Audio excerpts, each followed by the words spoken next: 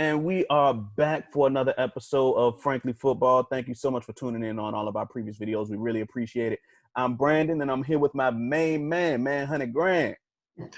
What's going on, man? What's going on, man? Set it off, Chris, in the building, man. Ready to rock this thing out. You know it.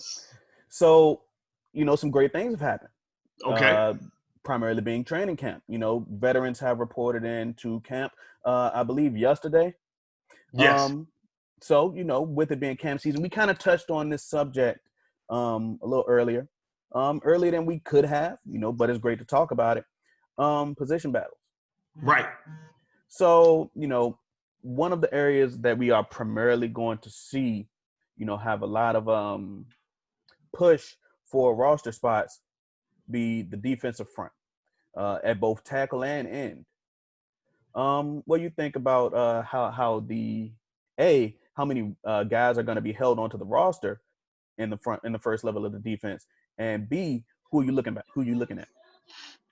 Well, we looked at it, about 2 months ago. I mean, you look at it, it's almost August now. So when we looked at it back in May, thinking we were just previewing because we knew we were going to turn around and start doing OTAs. We were going to start getting people back in the building. Oh, this COVID thing wasn't as big as we thought it was, and lo and behold, it was and humongous. We not even having preseason games now. Right. We were going to preseason game. We thought, it was just going to be a normal, maybe a little short delay, maybe push it 2 weeks back, and boom, we'd be right back in full swing. Now we understanding what the pandemic really has done and how it's affected so many different lives. And so now it gets to the point where this is going to be a training camp where you're not going to have as much opportunity for guys who could have used that work in the offseason of getting in the building, getting seen by new coaching staff, working with the new strength and conditioning coaches, and going forward and getting that work in to see where they would be now. Because there were some guys from last year that we had questions about. Had we had a full offseason, we thought it would have been, this is what they are. More like what we saw with Connor Williams from his 2018 to his 2019, his transformation with his body, right? In 2018, we said he was a good player. He had pedigree for Texas, but he wasn't strong enough. Came back in 2019, had a couple peanut butter and banana sandwiches, and boom, he turned out to be a monster. So going this year, it's going to be more veteran-centric, but I still think there's some room for some guys to still get kicked off the bridge, so to speak, because of the new blood we got. So we can go through that. Absolutely. I think that a lack of a preseason hurt some guys who were already on this team last year who may have struggled. We're really going to go into a guy that needed that coming up, especially on the defensive line. But just like you said, without those preseason games, we're going to have to, we as fans, and we meaning the Cowboys front office, are going to have to rely a lot on guys' past performance and really their pedigree, just like you said, right, to make the decision as to whether a guy deserves a spot or not. Because you're looking at, okay, I got a shortened workout season. I got 6 weeks I've got to put compact what I usually do in 3 months into 6 weeks.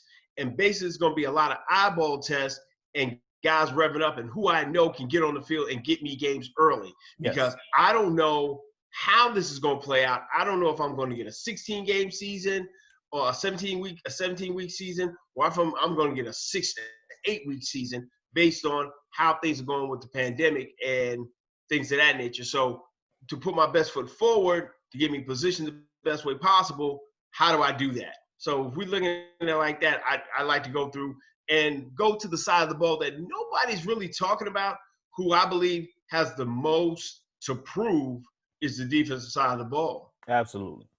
Because the defense gave up more points than they should have last year. And really didn't do our offense any favors. So that's an area where I think everybody who isn't really focused on, like the splash skill position players anyway. I think that's where everybody is looking to see the most improvement. Well, I think, it's hard to improve from number one with the offense. You had the number one offense in football. Your quarterback was 125 in most matrix. The running back, who the world says fall off for 1,300 yards, and lo and behold, you had 2,000-yard wide receivers, and then you turn around and put the best receiver in the draft on your offense.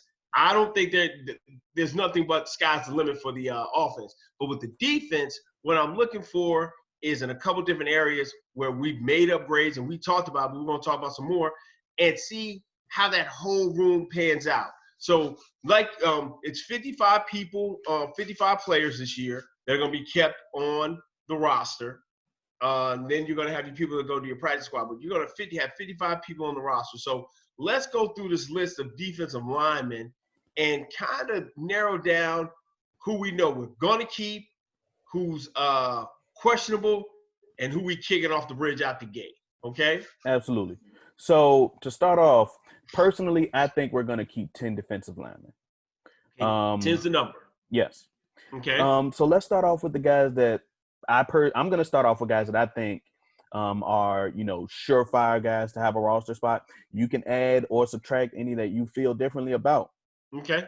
So obviously we have Law, Demarcus Lawrence. Okay, no question. Obviously. Then we have guys that are new to the team, but I still feel are surefire guys unless they, for some reason, plummet to the depths of the earth. That is Dontari Poe and Gerald McCoy. Okay. Both valuable interior pieces. Got you. Your two biggest additions. Yes. The two biggest additions to your defense. Yes, okay. Absolutely. Next, another interior guy, Antoine Woods. Okay. I think that especially with Dontari Poe starting off on PUP, that Woods is going to capitalize on the upside that he has surrounding him. Okay. And B, have things in his favor because guys that he's going against for a roster spot are relatively new guys, like your Neville Gallimore, Tristan Hill, who hasn't really shown his potential, but we're going to talk about him in a minute, and so on and so forth. Next, this is a guy that everybody may not agree with, Tyrone Crawford. I love his versatility. I love it. And I think that Tyrone Crawford brings a level of leadership to the locker room that we really need with a new coaching staff. Okay. And I think that that's all for the guaranteed guys. You might disagree on one, but that's what I think for the guarantees. Okay. Those. So right there, you got six. You got six guys, right? Yes. Okay. So I won't. I mean, I'll go with the majority of the guys you have. I got Demarcus Lawrence making it because he's probably your best defensive lineman. I think the additions of Dontari Poe and Gerald McCoy help give you a NFL caliber interior defensive line. I think what's got the Cowboys beaten the last few years have been to the fact that you have tried to go against conventional NFL wisdom, where you want to have big guys in the middle who have the ability to penetrate and move, but also take up blocks and push the pocket, which makes your outside rushers have the ability to work and do what they do as technicians. So I think the additions of Gerald McCoy and Dontari Poe are humongous. You don't have to get Pro Bowl caliber, 3 years ago, Gerald McCoy for him to be effective. Absolutely. I think him as being who he is now, rejuvenated in a spot where he wants to play and looking to give more longevity to his career, maybe 1 or 2 years, I think it's a great situation for him. Dontari Poe, the exact same thing. Another guy who eats up his blocks and can penetrate and is a monster in the run game and gives you pressure in the pass game. He's going to be a huge addition, which I think gives you more work with your second-tier guys. Antoine Woods, where most people will think, oh, he's just a guy. I don't believe Antoine Woods is just a guy. I think Antoine Woods is the perfect example of a guy who's good on half the snaps he belongs on. We often got mad about the recently departed, but always in our hearts and minds, the GOAT, Jeff Heath. Here we go. He was better on 35 or between 15 to 25 defensive snaps and every special team snap I can get him on. I think Antoine Woods is better on limited snaps to maybe 25, 35 snaps as a defensive tackle compared to Absolutely. the 65, 70 snaps he was on before. Yes, And sir. if you want to go back and reference, is he got wore down in 2018 and 2019 as the season went on. 2019 he was hurt, so you see his absence. But 2018, if you go back and look at the tape, the Colts game got wore out. Tennessee Titans game got wore out. The playoff game against the Rams got wore out because matter of fact, he got hurt in that game. And when he got hurt in that game, the whole complexion of the game changed. And Woods is one of those guys, he's always hurt, but for some reason he doesn't miss time that often. Okay. So he is in a situation exactly like you say, where if you put him on the field less, you lessen the likelihood that he's going to get hurt. Right. And you get that relatively healthy performance. So yeah, I wholeheartedly agree with you there. If we can have his body not betray him and get him in a healthier position for a longer but shorter period of time, if you get where I'm coming from there, then yeah, I think he can definitely succeed. Got you. So those are my four. Then I'll go with Neville Gallimore because he's my draft pick. I love Tyrone Crawford because of his leadership. The reason I'm so big on him, even though he's coming off the injury with the two hips, he's always been like that consummate professional in the locker room. If we go back and remember, Tyrone Crawford was the first exodus or first, introduction of the Boise State Cowboys, who we turned around. We had Tyrone Crawford, then we had Orlando Skander, and we had all those guys coming from Boise. We were like, doggone, is this, Cowboys Midwest, Mid-South, because everybody from Boise comes to Dallas. So when we got Tyrone Crawford and he performed and played and showed potential and gave him that contract, then we got Demarcus Lawrence. And Demarcus Lawrence has always kind of looked up to Tyrone Crawford because that's been his guy.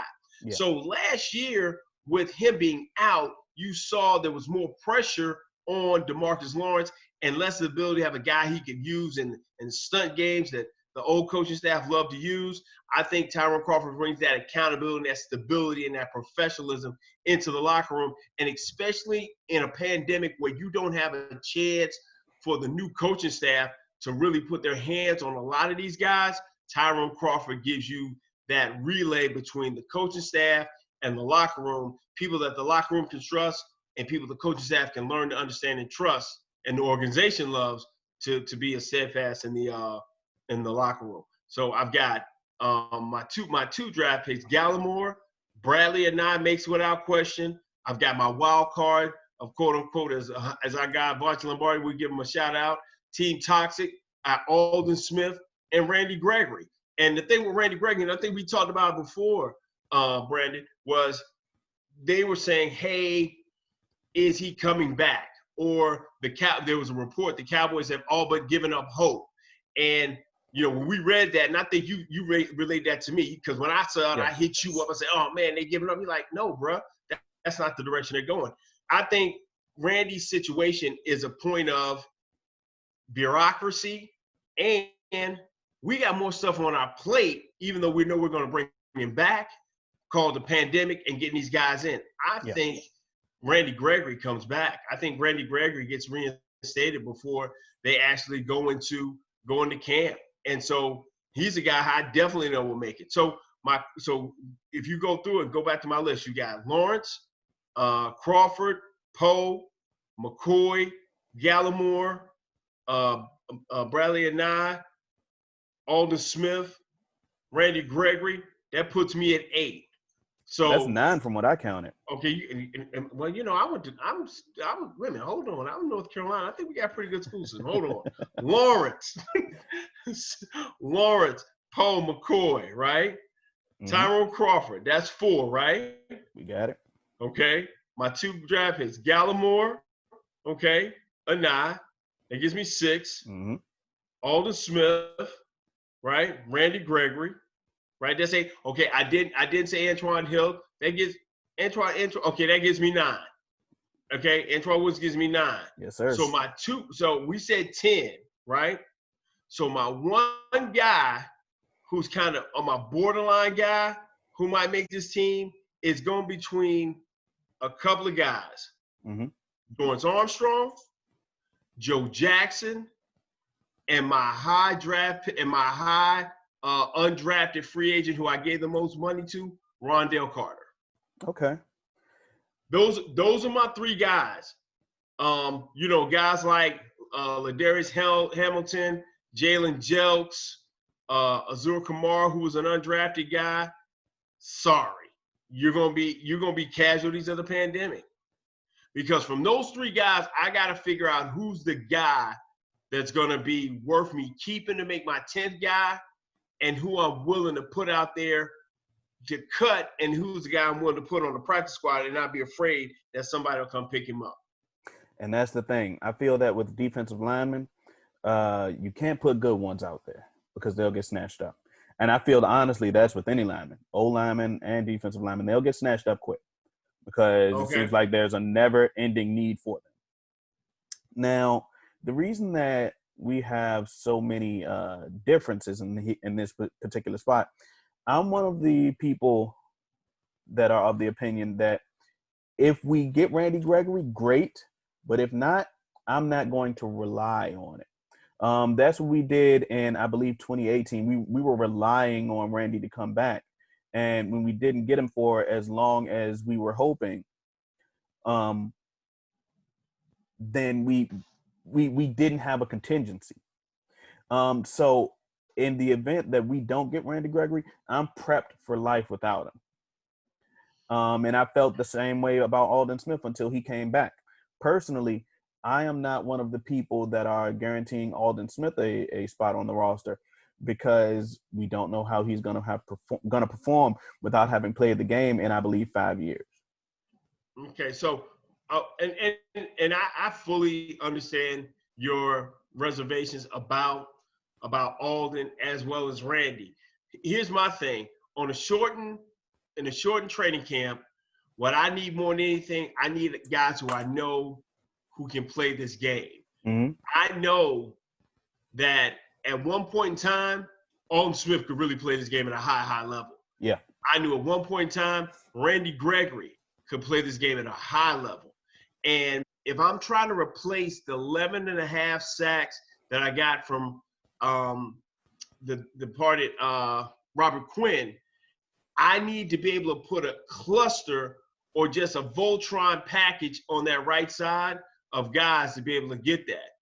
And I believe if I get 3 to 4 from Aldon Smith, and I get 2 to 3 from Bradley Anae, and I get 3 to 4 from Randy Gregory, I get close to my 11. Yeah. You follow me? So I'm going to count on those guys. And plus, I don't have another guy on my roster right now or that I can pick up or I have money to deal with to go pick up to play that right in for me the way I wanted to. I think Tyrone Crawford can play it, but I think Tyrone Crawford has so much versatility. He can play anywhere. Tyrone Crawford can play left. Tyrone Crawford can play right in. Tyrone Crawford in a pinch can play my 3 technique. So I'm not looking for Tyrone Crawford to give me 45, 60 snaps at right defensive end. I think Tyrone Crawford probably maybe give me 10 to 20 at right defensive end, maybe give me 5 to 10 from left. Okay. You know what I'm saying? And maybe 7, maybe 10 at my backup 3 technique, depending on the rotation or how I'm going. Okay. So I need that hodgepodge at right defensive end. There's my biggest issue. Okay, so let me ask you this, because one guy that we've obviously glossed over, get tongue-tied sometimes, is Tristan Hill. Our second round, you gloss over Tristan draft pick. You gloss over the young Tristan Hill. I don't do my young nephew that way. I don't treat him that way because Tristan Hill falls under our moniker. Coaching matters. Yes, Okay? Sir. Coaching matters because I want to preface it like this. We have watched a bevy of players leave Dallas, go elsewhere under the past regime and play. People don't really understand this. Anthony Hitchens, 4th, 5th round guy, comes straight in, Day one, Sean Lee blows his knee out. He comes in as a rookie, plays great, plays hurt, does everything. Price tags himself right out of Dallas. Yes. Ain't that something? I mean, totally price tagged himself out of Dallas and went to Kansas City. And wins a Super Bowl. Super Bowl. Damian Wilson, 5th round picked by Rod Marinelli. And we should have understood this long. We should have seen it with Damian Wilson, this thing with Rod Marinelli. Damian Wilson, 5th round guy, could play, got ridden like triggered by Rod Marinelli. Got in the doghouse, confidence gone, right? And where did he go? To Kansas City, right? Right? Super Bowl. Follow me? Boom. Okay. Darius Ward, right? Cornerback, right? That's the third guy under now. Rod Marinelli, under the gone and never will be forgotten, but glad he out the door. You know, Chris Richard turned around in the secondary in the year. He was inside that cluster, that class when you got Jordan Lewis, Chidobe Awuzie, and Anthony Brown. He was that 4th guy. You left him unprotected, and you traded him for a guy who never even made your roster, never played a game. Goes to Kansas City, wins the Super Bowl. Right? Now, let's go with the next 2 guys. Okay. Guys stood on the table. Taco Charlton stood on the table. Got to Dallas. This is the one guy you can honestly say of the last other three guys, you didn't have any problem with their work, them being a ball player and things of that nature. Taco has a problem. He doesn't take or love football the way you think he should. Yeah. Because he played here, he had a problem. He went down to Miami, was there for a little while, same problem. He's gone somewhere else and played. Right? Yes. Now, so Tristan comes in, 19, 20 years old, having maturity issues and body development, okay? So he gets here in a contract year for all the coaches, and you got 1-year deals on Tristan Covington. Christian. Yeah, Tristan Covington. You got 1-year deal on Kerry Hyder. Contract year for Malik Collins, prove it year for Antoine Woods. Who gonna take this dude underneath his wing and help him become a professional? Oh, nobody with their own name on the line. Right. Oh, wait a minute, Tyrone Crawford. Wait a minute, he got bad hips. He ain't in the locker room. You follow me? Yes, so sir. this love affair with Neville Gallimore that everyone has, thinking he's that guy, and Tristan Hill is just a reject, I think is the total opposite. I think you see Tristan Hill come in and show you who he is with that great first step, and that he's that guy that's been working to get better. And Neville Gallimore continues to groom, maybe not make the game day roster. He's on your team, but doesn't make the game day roster. And then he's prepared in 2021 to take up more snaps when you can put him in the rotation with lessening of a Gerald McCoy, maybe cut back on some of Dontari Poe's snaps to maybe save him, and then move into 2022 as that guy. So let me ask you this, Chris, because I want to be sure that I'm understanding. Go ahead, Are you can saying that me, Tristan Hill makes this team? Oh, Tristan Hill's on my team all day long. Okay. Tristan Hill is not – Tristan Hill makes my team. Tristan Hill becomes a productive, rotational guy inside of this. I think your next wave of that defensive tackle, that 1-3 technique situation, will be Neville Gallimore and Tristan Hill. That in 2021, 2022, they are formidable. They are, thunder and lightning. They are, they're tied to the hip with each other, and they're causing havoc. They're young, they're strong, they're aggressive, and they fall right in line with what they do. And here's the other part the Cowboys love about: they dirt cheap. Absolutely. They dirt cheap. Absolutely. One thing that we always talk about is, a front office's goal. We talk about how a front office's goal is to get the most amount of play for the least amount of pay. Absolutely. trying to keep them on the track.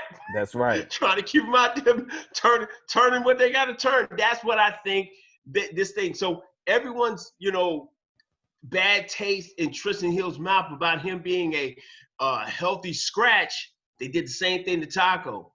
And so we're equating. We're going to tie these guys together. You're going to tie Taco Charlton to T.J. Watt until he's gone out the league. That's what you're going to do. You're going to do that. Okay? I think that the front office does have to hold that L, though. No. The front office has to, but the front office trusted the coaching. But what? Coaching matters. Yes. The last regime said, oh, this guy doesn't do this, they don't do that. This coaching staff and regime, we think, hey, if he's a good player, we'll find what he does well. That's what we find out. That's where we go. The old regime was like, he had to be the right kind of guy. He had to be this guy. He had to check all these boxes. But most teams say, you know what?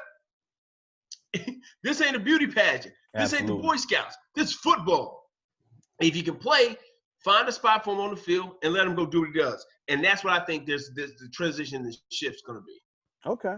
So at the end of the day, it sounds like you got 11 guys on the defensive line. Is that right? I think I got 10. I think 10? I got 10 to 11. Okay. I got 10. Well, see, we haven't kicked one guy off the bridge. See, you haven't made your decision if you kicking Joe Jackson, Dorrance Armstrong, or Rondell Carter. What you gonna do?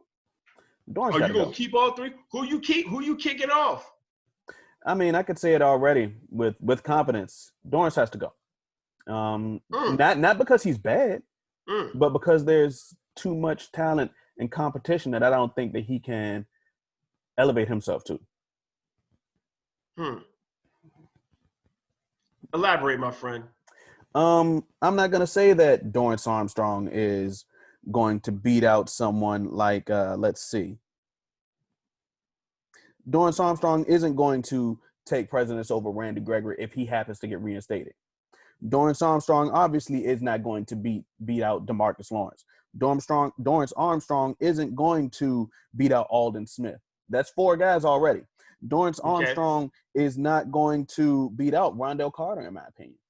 I think that Rondell Carter comes in already better than Dorrance Armstrong. So we are already talking about, and that's 5 guys. We haven't mentioned Tyrone Crawford, who can play on the outside yet. Okay. That is 6 guys now that I've mentioned that I feel have a priority above Dorrance Armstrong. So it's just addition by subtraction with him. We're adding to the team, but subtracting him. So you're on the left side, you're gonna have Demarcus Lawrence. Who are you playing behind Demarcus Lawrence? I would put Crawford as a relief guy because I trust him. I trust him honestly anywhere on that line. And then let's see, we also have someone like a Aldon Smith who can be a relief guy. I don't think that Aldon Smith is going to be your starter on the opposite end.